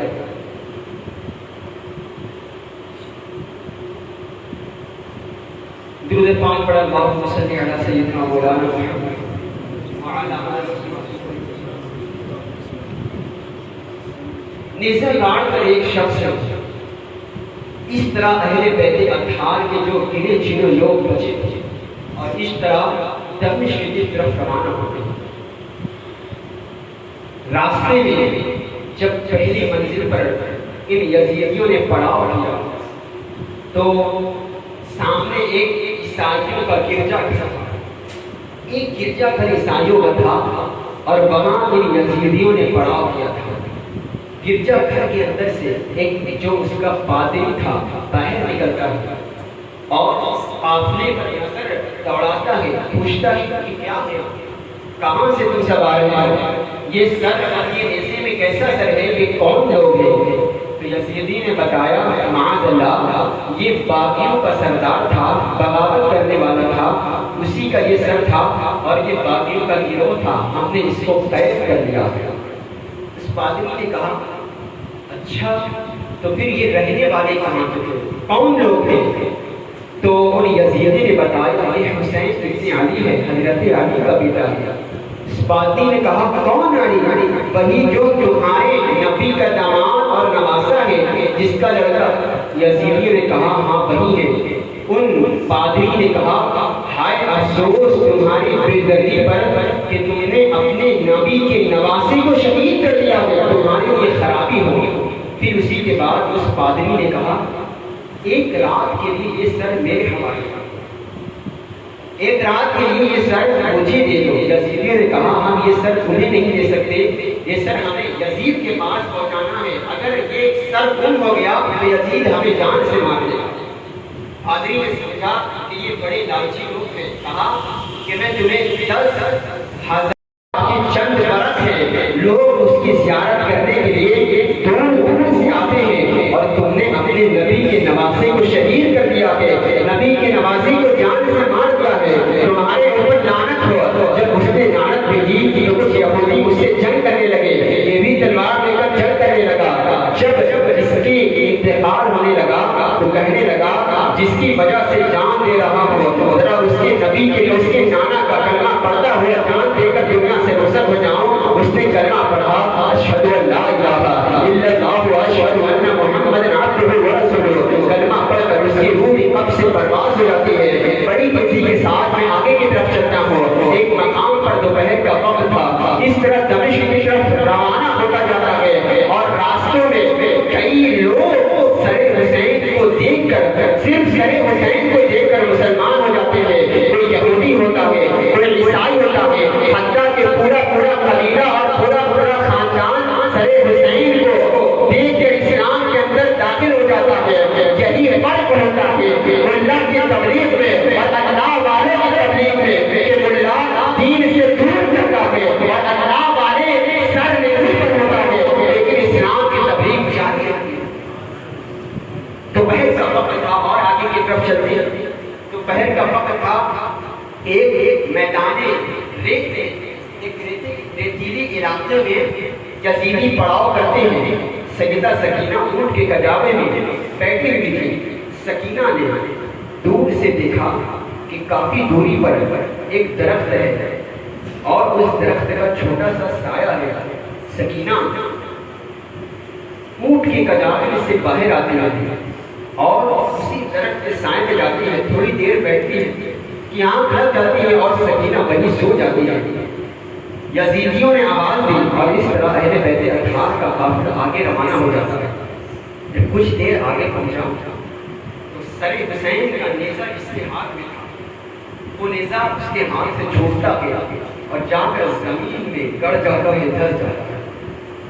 یزیدیوں نے بہت کوشش کی کہ اس کو اکھاڑ کر نکالا جائے اور آگے چلا جائے، وقت کم ہو رہا ہے، اس کو آگے بڑھا جائے، لیکن اس کو ہلا کر نہ پائے۔ بہت لوگ آئے، حتیٰ کہ چند لوگوں نے مل کر اکھاڑنا چاہا، لیکن وہ نیزہ زمین میں گڑا رہا، ہلا کر نہ پائے۔ کچھ لوگ امام زین العابدین کے پاس آئے، کہا آپ کے بابا آگے کیوں نہیں چلتے، آگے کیوں نہیں بڑھتے؟ امام زین العابدین نے جب یہ دیکھا تو سمجھ گئے کہ لگ رہا ہے کہ بابا کا کوئی شہزادہ یا کوئی شہزادی کہیں چھوٹ گئی ہے۔ زینب سے کہا کہ آپ ایک بار سارے لوگوں کی گنتی مکمل کر لیں۔ زینب نے سارے لوگوں کا نام لے کر پکارا، لیکن جب سکینہ کا نام لیا یا سکینہ کوئی آواز نہیں آئی۔ بار بار سکینہ کا نام پکار رہی، لیکن سکینہ کا نام پر کوئی جواب نہ آیا۔ زینب چلا اٹھی، حسین کے سینے پر سونے والی سکینہ کہیں چھوٹ گئی ہے۔ زینب تڑپ اٹھی، اب رات کا اندھیرا ہو چکا تھا، اسی اندھیرے میں شاید وہاں چھٹی ہوگی جہاں ہمارا قافلہ رکا ہوا تھا۔ اب زینب دوڑے واپس اسی اندھیرے میں آتی ہے اور اس مقام پر کافی دیر کے بعد پہنچی ہے۔ دیکھا سکینہ وہاں تشریف فرما ہے اور ایک خاتون نقاب پوش خاتون بھی ہے، اور اسی نقاب پوش خاتون کی گود میں سکینہ حاضر ہے اور اپنی چھوٹی چھوٹی زبان میں کربلا کی کہانی سنا رہی ہے کہ بابا کے ساتھ ایسا ہوا، ننھے علی اصغر کو بھی یزیدیوں نے چھوڑا، ان کو بھی شہید کر دیا، عباس علم بردار کے بازو بھی کٹ گئے، ان کو بھی شہید کر دیا گیا۔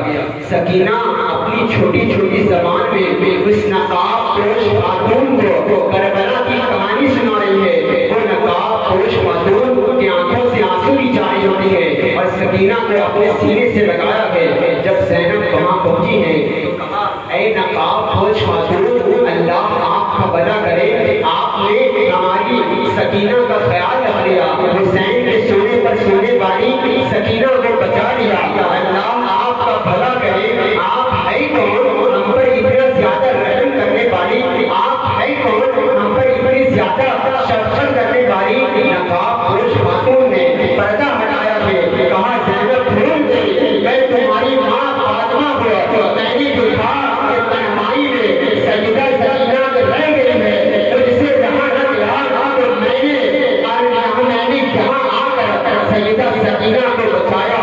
وہ حضرت فاطمہ کی روح مجسمہ تھی کہ جس نے تنہائی میں سکینہ کو سنبھالا تھا۔ اسی کے بعد آگے کی طرف روانہ ہوئے، میں تفصیلات کو چھوڑ کر تھوڑا شارٹ میں آگے کی طرف بڑھتا ہوں۔ اس طرح راستوں میں کہیں مقام پر پڑاؤ ہوتا ہے، جہاں جہاں راستے میں پڑاؤ ہوتا ہے وہاں لوگ اسلام کے اندر داخل ہو جاتے ہیں۔ جب دمشق کے بازار میں یہ لوٹا قافلہ رات کے وقت پہنچتا ہے، دمشق کے بازاروں میں بہت زیادہ میلہ لگا ہوا، بہت زیادہ بھیڑ تھی۔ رات کے وقت یہ قافلہ جب پہنچا تو بہت زیادہ بھیڑ تھی۔ یزید نے کہا یہ قافلہ رات کے وقت آیا ہے تو اس کو رات بھر دربار کے باہر اسی طرح کھڑے رہیں گے۔ اللہ اکبر، جب میں صبح بیٹھوں گا تو میرے سامنے اس قافلے کو پیش کروں، وہ چھوٹا قافلہ اہل بیت اطہار کا رات بھر دمشق کے بازار میں کھڑا رہا۔ اور جب یہ قافلہ بازار میں پہنچا تھا تو وہاں بہت زیادہ ڈھول تاشے نغارے وغیرہ بہت زیادہ بجائے جا رہے تھے اور یہ اعلان کیا جا رہا تھا کہ باغیوں کا سردار قید کر لیا گیا اور یہ اس کے گھر والے ہیں، اس کو گرفتار کر لیا گیا ہے۔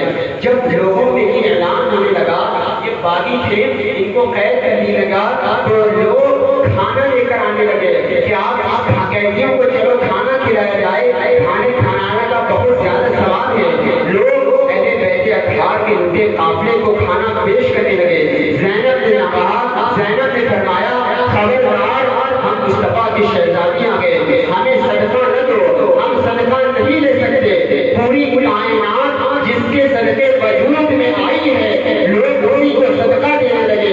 آج تک جس کی بدولت جس کا صدقہ لوگ کھاتے ہیں لوگ ان کو صدقہ دینے لگے۔ ایک دور علاقے میں دور سے ایک چھت پر ایک بوڑھی عورت یہ منظر دیکھ رہی تھی، صدقہ دیا گیا واپس کر دیا گیا تو اس بوڑھی عورت اپنے ساتھ کچھ کپڑے پر کچھ کھجورے زینب کے بارے میں کہ بی بی آپ اس کو قبول فرما لیں، یہ میں آپ کی بارگاہ میں خدمت پیش کر رہی ہوں۔ سیدہ زینب نے ان کا وہ کھانا اور کپڑا قبول فرمایا اور کہا، بی بی آپ ہیں کون؟ اس قافلے میں یہاں بازاروں میں ہمیں کوئی سلام تک کرنے والا نہیں، آپ ہے کون ہم پر اتنا زیادہ رحم کرنے والا؟ تو اس بوڑھی عورت نے کہا جس کا نام فضہ تھا، کہا کہ اصل میں پہلے مدینے میں رہا کرتی تھی اور میں ایک عیسائی تھی، عیسائی کی بیٹی تھی۔ میں نے ایک مرتبہ حضرت فاطمہ کو دیکھا تو حضرت فاطمہ کی بدولت میں اسلام کے اندر داخل ہو گئی۔ میں نے کلمہ پڑھا اور اسلام کے اندر داخل ہو گئی اور کلمہ کی پڑھنے کے بعد میں اس وقت کے بعد سے میں حضرت فاطمہ کی خدمت کرنے لگی۔ پھر اس کے بعد جب حضرت فاطمہ کی وفات ہو گئی تو واپس میں دمشق آ گئی تو میں بھی مسلمان کو کلمہ پڑھنے والے۔ پھر اسی کے بعد جب زینب نے تناول کیا کھجور وغیرہ اور کپڑے کو دے دیا، اسی کے بعد زینب نے کہا اگر آپ کی کوئی دعا ہے تو آپ مجھے بتائیں، میں اللہ سے دعا کروں گا۔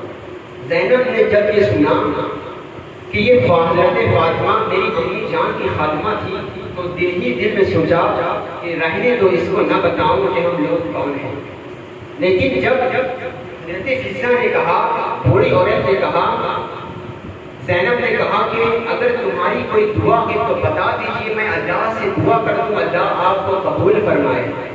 تو اس بوڑھی عورت نے کہا، میری تو کوئی دعا نہیں ہے، بس ایک ہی تمنا ہے، اور وہ تمنا یہ ہے کہ جب میں حضرت فاطمہ کی خدمت کیا کرتی تھی تو اس وقت آپ کے 2 بچے بھی تھے جن کا نام امام حسین اور زینب تھا۔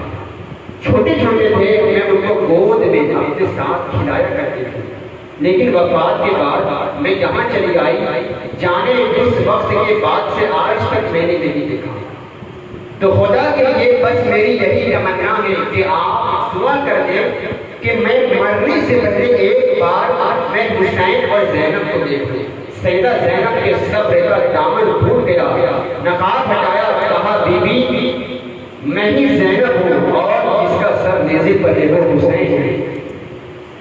جناب حفصہ نے جب یہ سنا تو زمین پاؤں تلے زمین ہل گئی کہ یہ باقیوں بتایا جا رہا ہے، حالانکہ یہ نبی یہ مکرم صلی اللہ علیہ وسلم کا مقدس خاندان ہے، اور اعلان کیا جاتا ہے کہ یہ باقیوں کا سردار تھا، یہ بغاوت کرنے والے تھے، ڈھول تاشے بجائے جا رہے ہیں، میلہ ٹھیلا لگایا جا رہا ہے۔ حضرت حفصہ اس وقت سے زینب کے ساتھ ہو جاتی ہے، اور اس طرح بڑی بے دردی کے ساتھ رات بھر پہلے پہلے اظہار کا فاصلہ بازار دمشق میں کھڑا تھا۔ مجھے بتاؤ، جس زینب نے عاشورہ کے دن اس قدر صبر کیا، بازار میں جن کی عزتوں کی دھجیاں اڑائی جاتی، اعلان کیا جاتا، جن پر ہنسا جاتا کہ جن کا صدقہ آج ہم کھاتے ہیں، ان مقدس ہستیوں کا مذاق دمشق کے بازار میں اڑایا جاتا، کیا آج اسی عاشورہ کے دن زینب کا نام لے کر امام حسین کا نام لے کر بے پردگی نہیں ہوتی؟ یہ آج کہاں کی رسومات چلی آ رہی ہے کہ ڈھول تاشے بجائے جا رہے ہیں، بازاروں میں ایسے میلے لگ رہے ہیں کہ جیسے کیا ہو گیا؟ ارے جس دن تمہارے نبی کے خاندان کی عزت کی دھجیاں اڑائی گئی تھی، لوگ آپ کی عزت پر ہنس رہے تھے، اس دن تو ہم کم سے کم خاموش رہے، رب سے استغفار کریں۔ آج اسی دن عورتوں کا خلط بازاروں میں بے پردگی، بد نگاہی، یہ ہم کہاں جا رہے ہیں؟ خدارا واقعی اگر حسین کے ہم سچے عاشق ہوتے تو ہمارا دل اس دن کمزور ہو چکا ہوتا، اور ایسی حرکت ہم اپنے اندر سے نکال رہے۔ رات بھر بڑی بے دردی کے ساتھ پہلے اظہار کا لوٹا قافلہ دربار کے باہر کھڑا ہوتا ہے۔ جب صبح ہوتی ہے دربار یزید میں ایک قافلہ پیش کیا جاتا ہے۔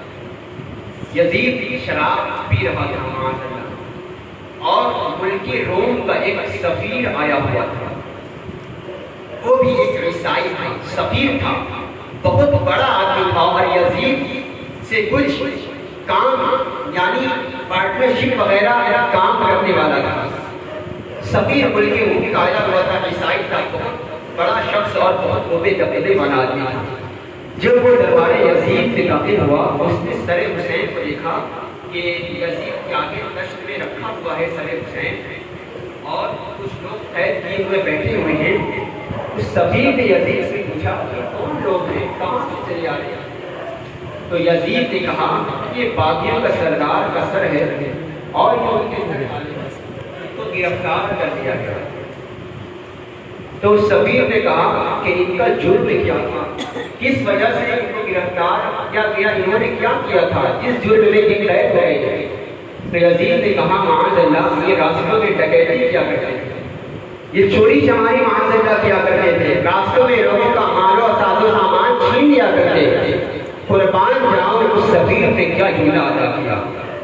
اس سفیر نے کہا تم کہتے ہو کہ یہ راستوں میں ڈکیتیاں کیا کرتے تھے، چوری چماری کیا کرتے تھے، لوگوں کا ساز و سامان چھین لیا کرتے تھے، لیکن رب کعبہ کی قسم ان کا چہرہ دیکھ کر تو ایسا نہیں لگتا کہ یہ چور ہے، ان کا چہرہ دیکھ کر تو ایسا نہیں لگتا کہ یہ چور ہے۔ پورے قافلے پر نظر دوڑائی، ان کے چہرے سے ایک فرد بھی آخر کیا وجہ تھی، آخر ایسا کیوں تھا؟ ہمارے امام نے بتایا حضرت شبیر و شبر ہے عطا نور کا، اصغر و اکبر کے سر پہ ہے امامہ نور کا، خان وادہ نور کا، کنبہ قبیلہ نور کا، یا رسول اللہ تیری نسل پاک میں ہے بچہ بچہ نور کا، تو ہے عین نور تیرا سب گھرانہ۔ شبیر نے کہا رب کعبہ کی قسم ان کا چہرہ دیکھ کر تو ایسا نہیں لگتا کہ یہ سید ہے، اے یزید بتا ان کا نسب کیا، کہ کس خاندان سے تعلق رکھنے والے؟ یزید نے کہا کہ یہ مدینے کے رہنے والے ہیں، ہاں مدینے میں سب رہتے ہیں، ذرا ان کا خاندان تو بتا۔ کہا یہ علی کا بیٹا ہے۔ کون علی؟ وہی علی جو تیرے نبی کا داماد ہے۔ ہاں وہی علی۔ شبیر نے کہا اے بدبخت انسان تیرے اوپر لعنت ہو، میں حضرت داؤد علیہ السلام کی 39ویں پشت کا ہوں، یعنی زمانہ داؤد سے پیڑھی در پیڑھی نسل در نسل آتی چلی گئی، میں داؤد علیہ السلام کی 39ویں پشت کا ہوں، اور لوگ آج تک میری اسی طرح عزت کرتے ہیں، اسی طرح ادب کرتے ہیں جس طرح زمانہ داؤد میں حضرت داؤد کا ادب کیا کرتے تھے، لوگ اسی طرح آج میری بھی عزت کرتے ہیں۔ افسوس تیرے اوپر لعنت ہو، تم نے اپنے نبی کی نوازشی کو شہید کر دیا، تمہارے اوپر لعنت